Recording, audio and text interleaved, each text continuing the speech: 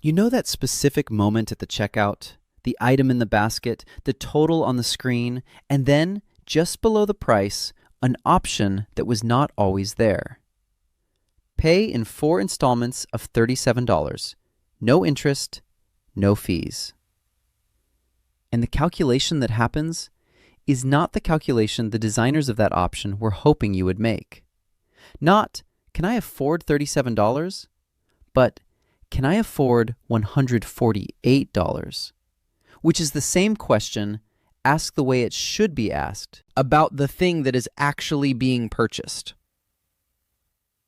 And the answer to that question, not the installment, but the price, is the only answer that has anything to do with whether the purchase is one you can afford. While somewhere else, someone is looking at the same screen and doing a different calculation. Whether $37 fits the week, not whether $148 fits the budget. Those are two different questions. Only one of them is about the purchase. Here is what almost nobody explains about buy now, pay later. The installment is never just a payment method. When a purchase price is divided into 4 equal installments, something happens to the evaluation of that purchase that would not happen if the full price were the only number on the screen. The item becomes more affordable, not because its price has changed, not because the buyer's income has changed, but because the number being evaluated has been reduced to a quarter of itself, and a quarter of the price fits into a mental category of things that are within reach in a way that the full price does not. Buy now, pay later was not designed to help people afford things they otherwise couldn't. It was designed to increase the average transaction value, the amount spent per purchase, by removing the psychological friction that the full price creates. The friction is not a bug. It is a feature of honest pricing. When the full price of something produces hesitation, that hesitation is information about whether the purchase fits, whether it is worth it, whether it is something the buyer would choose if the money were leaving the account today in full, rather than in weekly installments that each feel considerably smaller than the thing they are collectively paying for, assembled from a price that was never shown whole. Nobody chooses buy now, pay later because they want to pay more or spend beyond their means. They choose it because the installment makes the choice feel easier. And an easier choice is not the same as a better one. And easier, in this case, was specifically engineered to feel that way. There is a name for why a $148 purchase feels more affordable when presented as 4 payments of $37. Researchers call it the partitioning effect. John Gourville and Gourville Soman, studying how payment structure affects purchase decisions in 1998, showed that dividing a single payment into smaller units systematically reduces the perceived cost of the total. Each installment is not evaluated against the full price. It is evaluated against other things of similar size, a lunch, a subscription, a round of drinks, and found to be comparable, affordable, unremarkable. The purchase feels smaller, not because it is smaller, but because the number that represents it has been made smaller before the decision is made. Never using buy now, pay later is not a refusal of convenience. It is the insistence that the question, can I afford this, be answered by the price, because the installment was designed to produce a different answer than the price would. And the partitioning effect operates inside an industry built entirely around it. Klarna, Afterpay, Affirm do not position themselves as credit. They position themselves as a payment method, flexible, interest-free, modern. This is not borrowing. It is simply spreading. In 2023, the global BNPL market exceeded $330 billion, not because people needed a new way to borrow, but because the old ways still looked like borrowing, and this one did not. Never using buy now, pay later is not avoiding technology. It is declining to let a payment structure designed to reduce the perception of cost make a decision the full price would not. And the numbers confirm what the undivided price already knew. BNPL users spend between 20 and 30% more per transaction than those paying in full. Not because they intended to, but because the installment made the larger amount feel like the smaller one. And there is a second thing the installment does that the price never would. The price asks a question about money that exists now. The installment makes a promise on behalf of money that does not exist yet. Future income, already committed, already spent before it has arrived. Every installment is a promise your future income has already made. 3 forces. A psychology that makes a fraction of a price feel like the price itself. An industry that built a product around that psychology and called it convenience. And a purchase decision made about the installment rather than about the thing the installments were buying, using money that had not yet arrived. It was there, the checkout, the item, the total, and the option that divided it into something that felt considerably more manageable than the number above it. And it was there the month that followed, not one installment arriving, but several, from several different purchases made in several different moments when the installment had felt affordable and the total had not been the question, and the specific arithmetic of what the month actually cost when all the fractions were added back together into the numbers they had always been. The numbers that had been on the screen before the option to divide them had made them easier to approve. It was there the realization, not dramatic, not a crisis, just the clear-eyed view of a bank statement that contained the actual cost of several decisions that had each, at the time, felt like a quarter of themselves. And the question that followed, how many of these would have been made if the screen had shown only the total? It was there the question, asked not in accusation, but in genuine curiosity. What would have happened if the total price had been the number on the screen from the beginning?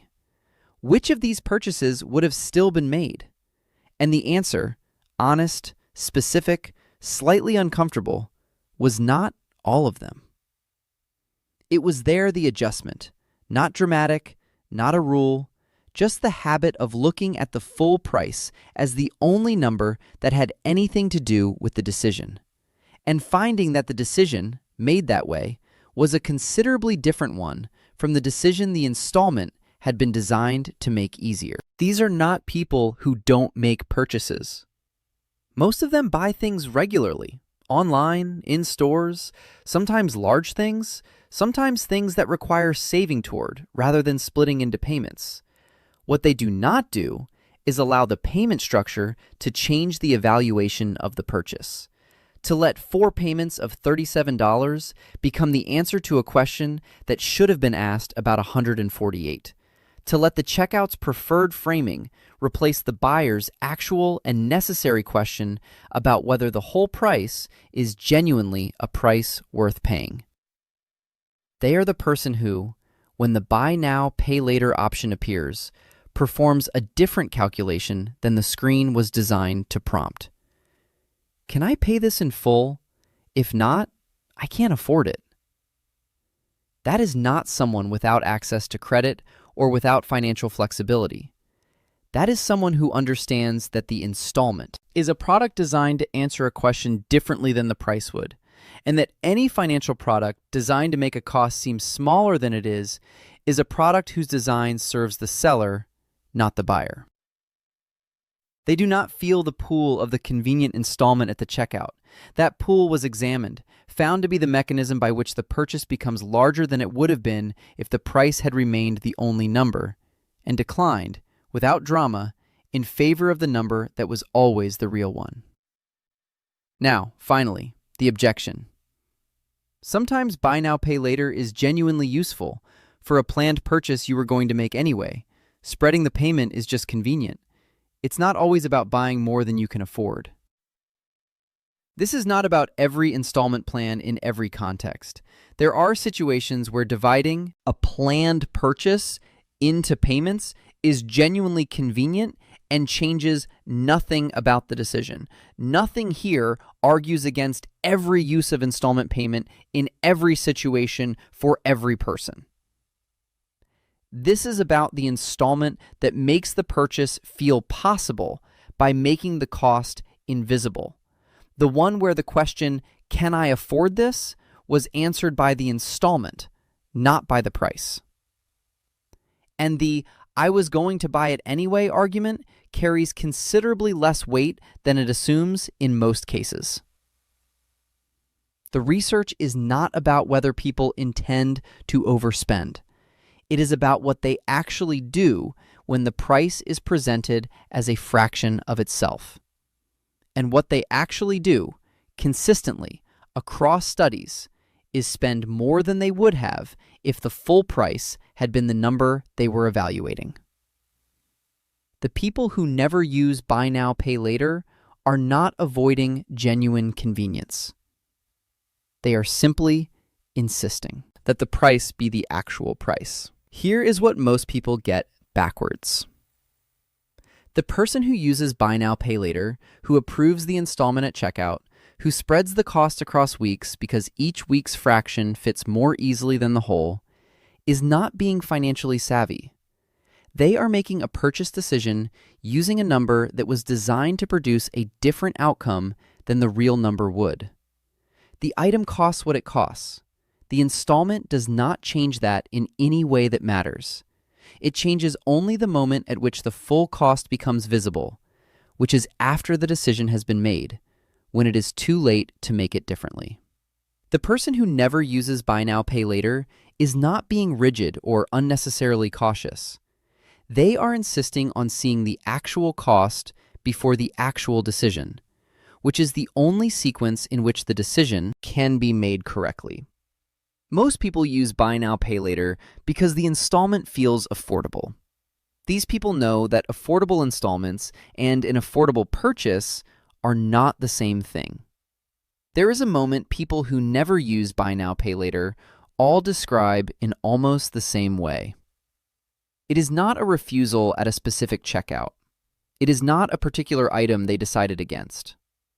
It is the habit, settled and unremarkable, of looking at the price rather than the installment, of asking the question the checkout was not designed to prompt.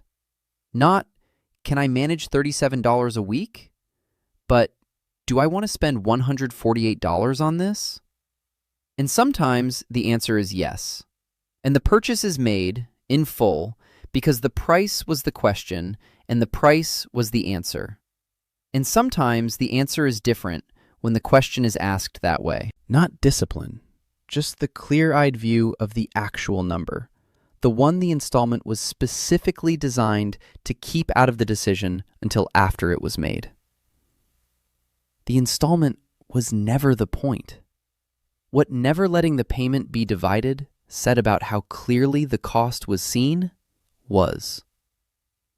10 years from now, nobody asks how you paid. They ask whether the price was the number you were thinking about or whether you let a fraction of it make the decision for you. Do you never use buy now, pay later? Or does the installment still feel like the answer to a question about the price? Drop it below. We read every single one.